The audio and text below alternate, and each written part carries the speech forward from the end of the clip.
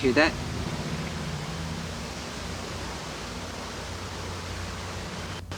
You hear all of that? Hold on. There's more. Big up Leslie. Bless up everyone.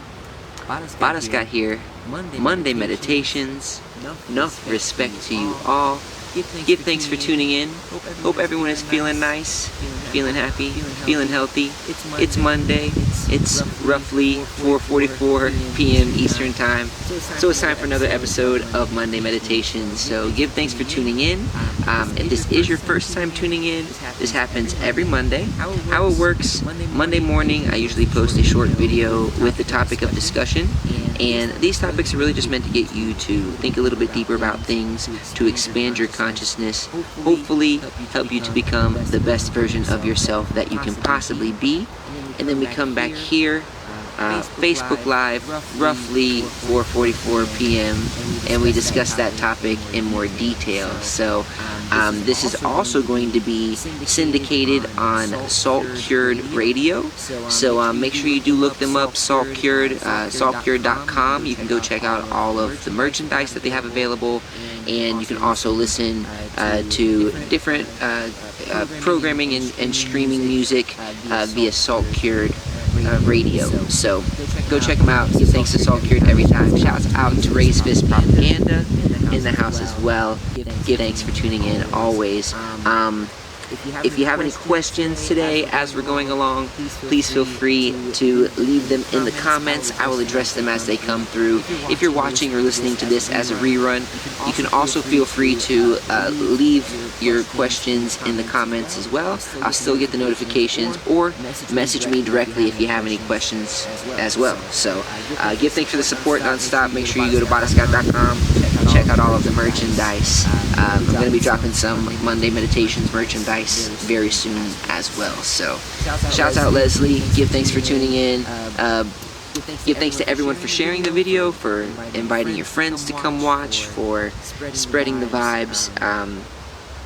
And I'm really excited about today's topic. I almost kind of wish I had been on for the past 15 minutes and had just been sitting here so you could have listened to all of the stuff that I was trying to avoid in my broadcast. Sorry to the neighbors, but it was basically the last 15 minutes of my neighbor communicating with her dog. So yeah, nature and communication go hand in hand, and nature has a lot of different ways of communicating with us as humans. However, most of us are not aware of these things, either through distractions, through busyness, through our locations, and we'll talk about some of that stuff today as well. But really, the different types of communication found throughout nature are very vast, and there's a lot of different ways that nature has the ability to communicate with us. And so it's not just audible communication. It's not just stuff that you can hear. Big up Mike Goodwin. Enough respect, homie. Give thanks for tuning in. So yeah, it's not necessarily just stuff that you can hear. Nature communicates in a lot of visual ways as well. Paying attention to these types of things, being conscious of them, being mindful of them, only gives you more connection to nature and more foresight into what may be happening within the environment around you. Like, for example, this wind right here. Yes, you can hear it as it rustles through the trees and moves all the limbs and the leaves, and depending on where you're at, a 10-mile-an-hour wind may sound like nothing, or may be super loud. So the wind and its communication is dependent on a couple things. However, it is definitely still very powerful. if you are out in nature and you're outside and it's calm, and then all of a sudden a strong wind comes through, this could be a warning sign. This could be an indication of a change in the weather. This could be an indication of more moisture in the air, or more storms, or more cold on its way. And so, nature can communicate in a lot of different mediums, through different plants, animals, and also, just within the general indicators and different relative things to your environment that nature has to offer as well. This morning, as I was standing out here in the yard trying to think of what to discuss this morning, what to talk about for today's Monday meditations, it was a clear sky. There was no clouds at all. And then I started to notice some low-level clouds moving in from the south. And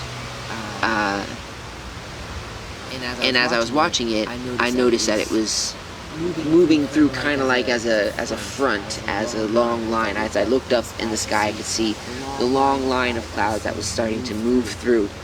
And this is a visual indication of a change coming, of something different about to happen within your natural environment. This is nature telling you that something is about to change. And your environment has a big impact on how you might be able to perceive this communication. Like, for example, I do live in the city, but luckily we have yards. I'm not in a high rise. I'm not in downtown. So I can still see the sky. I can still grow plants. I can still go outside and be in my yard. Not always without interruption, but I can still, have access to natural things. If I did live downtown, that might be a little further out of reach. If you live in a high-rise condominium, apartment type situation, you're going to experience nature in a much different way.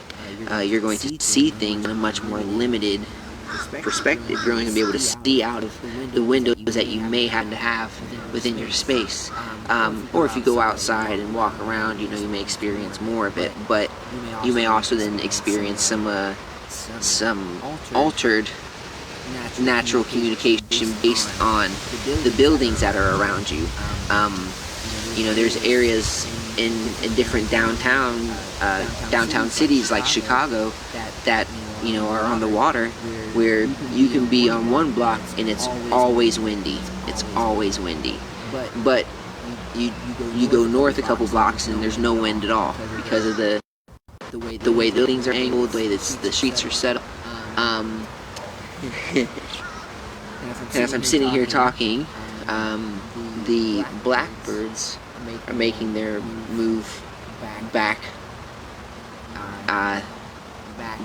In this case, they travel from in the morning they travel towards the sun, so they travel to the east, and at night they travel back to the west, and it happens every day at the same time, roughly. So this is also a form of communication.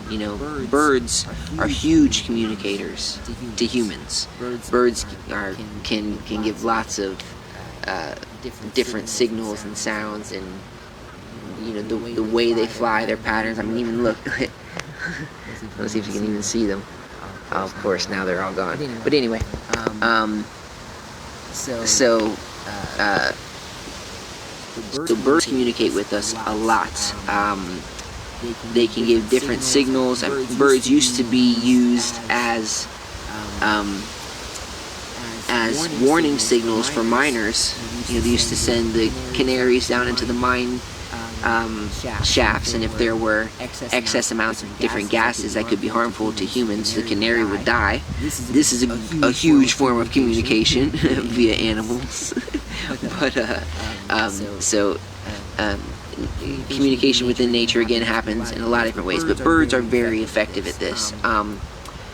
Birds have different calls, different signals based on what they're experiencing. You know, when they're trying to attract other birds, they sound a certain way. When there's danger in the area, they sound a different way. Even if you don't know the actual birds that make these particular calls, if you're mindful of it and if you pay attention to it, you can notice when there's differences. Like here, we hear bluebirds all the time, and they can be very aggressive against other birds, but they like to signal that. They like to warn themselves, and so they get super loud whenever there's a cat in the area, whenever they see a snake, whenever there's a bird that they don't like hawks or other birds of prey.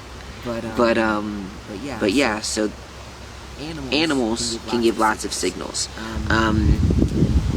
And these are different forms of communication. These signals that they give off are different types of communication. If you are on if you're out in the jungle and you come across different types of animals and they behave certain ways, they're communicating their intentions, they're communicating their emotions with you in their body language and their movements and the sounds that they make, the way the hair stands up on their bodies. All of these things are different types of communication. And again, if you're mindful of this, and if you're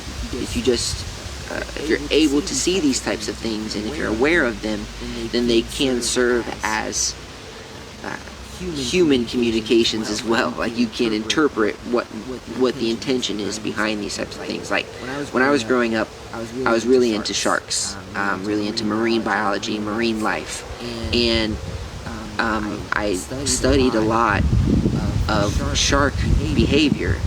Like, it was a common study to be aware of how sharks behaved just before they were about to attack, when they were in a feeding mode, when they felt threatened. So they have different movements, and if you know these movements and you happen to be in a situation where you're encountered with things like this, then you might be able to read this and interpret it and make a decision regarding the situation, whatever that may be. So again, nature communicates in a lot of different ways through a lot of different mediums, through essentially everything. When I'm trying to get people more connected with nature, when I'm trying to get them more, when I'm trying to increase their vibration and make them more aware of this type of stuff, one of the first things that I suggest to people is grow a garden.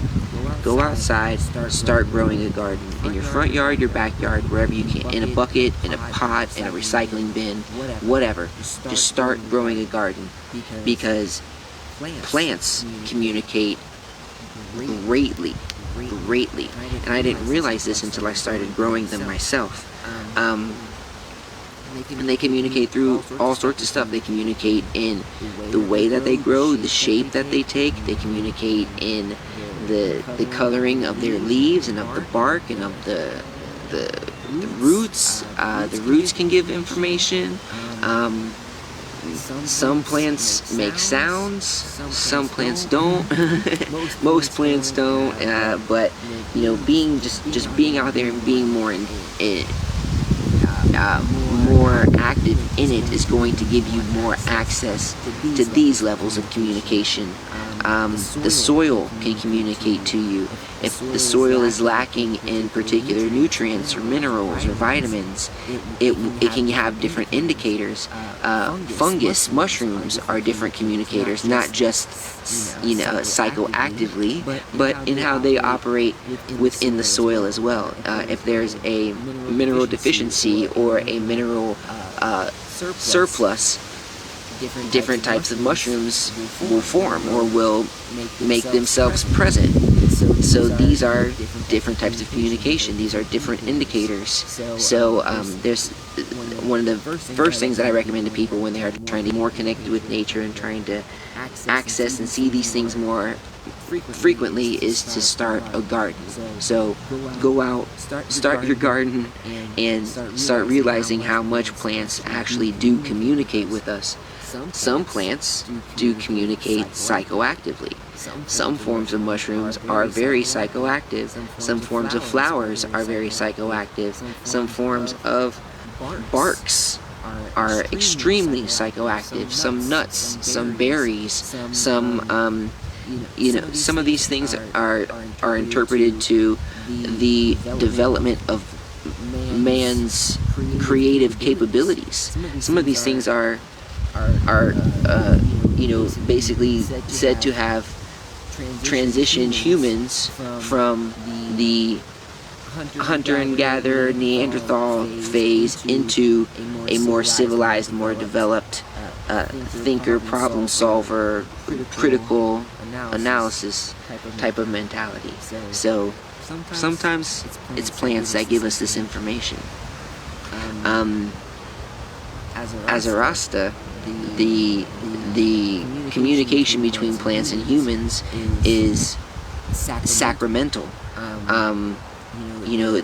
It is known that the use of certain plants is going to bring you closer to communication with the divine, and therefore these plants act as a direct gateway to higher multi-dimensional levels of communication. It's believed that the sun, via electromagnetic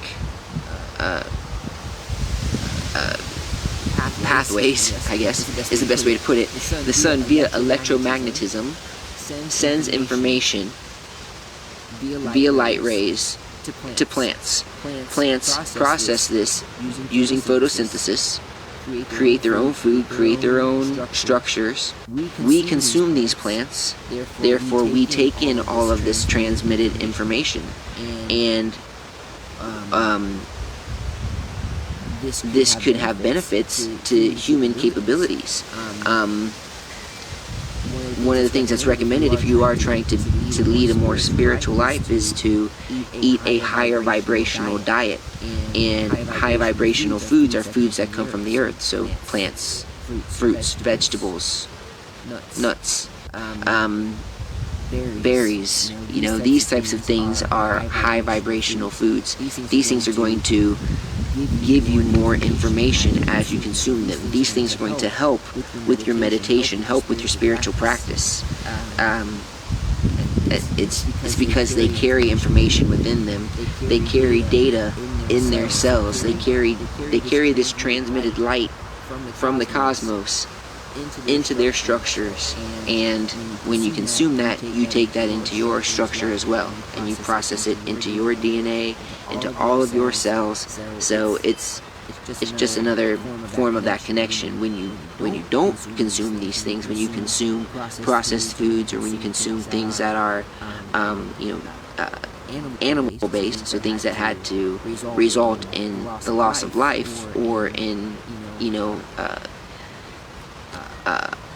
undesirable conditions, these things are transmitted into the structure of those cells. So you are taking in that type of energy as well by consuming those things. That's also communication.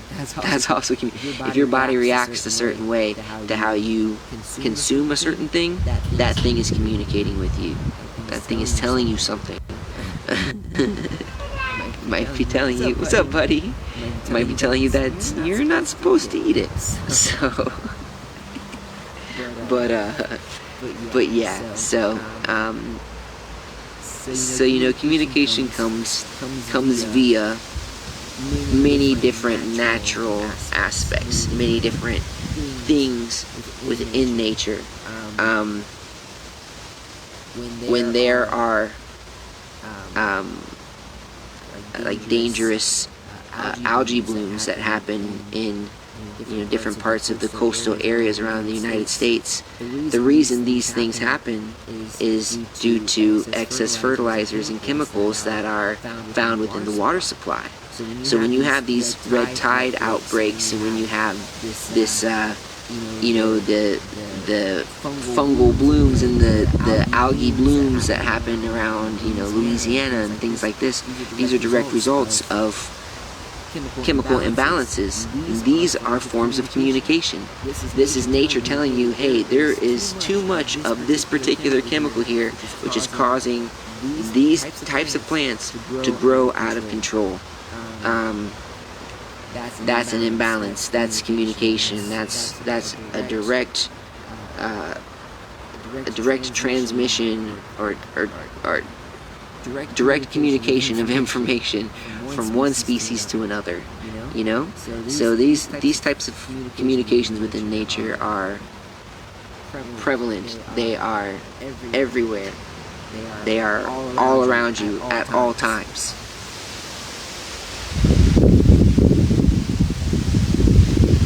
The more that you can get out and spend time in nature, the more that you can surround yourself in these environments, the more you'll realize how much of this is necessary, how much it can benefit you, how much you can take from it. So,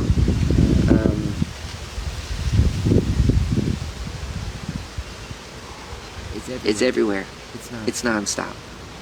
So, enough respect. Give thanks everyone for tuning in. If you do have any questions, again, please feel free to leave them in the comments. I will address them as they come through. Shouts out to Mike.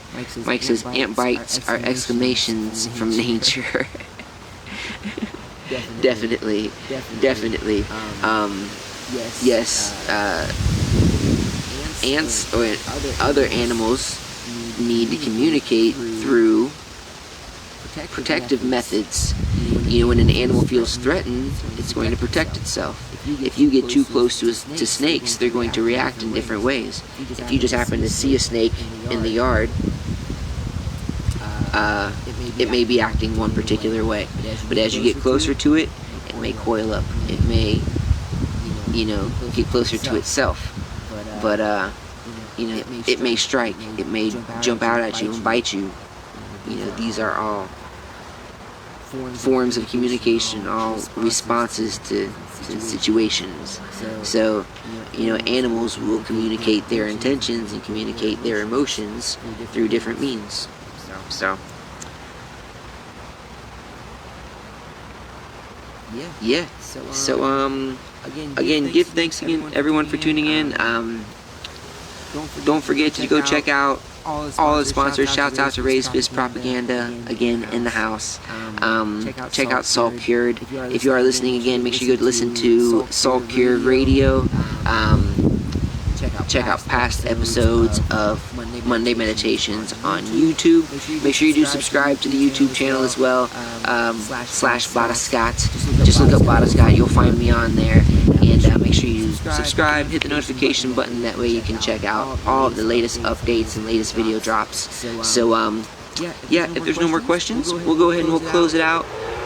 The communication within nature is prevalent. It is abundant. It comes in many different forms. And if you are mindful of it, if you are able to remove the distractions, remove the obstructions and blockages that may be preventing you from accessing it, then you will notice it a lot more. You will realize all of the various different ways that nature does communicate with us, in all different geographies, in all areas of the world. Nature's always talking to us. It's always telling us stuff. 24/7, right around the clock. Always got information to give. So pay attention to that. Soak it up. Learn more from it. And it'll help you increase your vibration as well. And the more you can do this, the more you can increase your sensitivity to it, the more you'll recognize it in your everyday life as well. And again, these things can be beneficial to you in multiple different areas of life. So, give thanks again for tuning in. Enough respect to you all. I'll catch you next Monday. Give thanks for all the support. And I'll see you then. Go outside. Get some natural communication in your life. Put down the digital cell phone communication. To pick up some natural communication. Zin, give thanks and praise. Bless.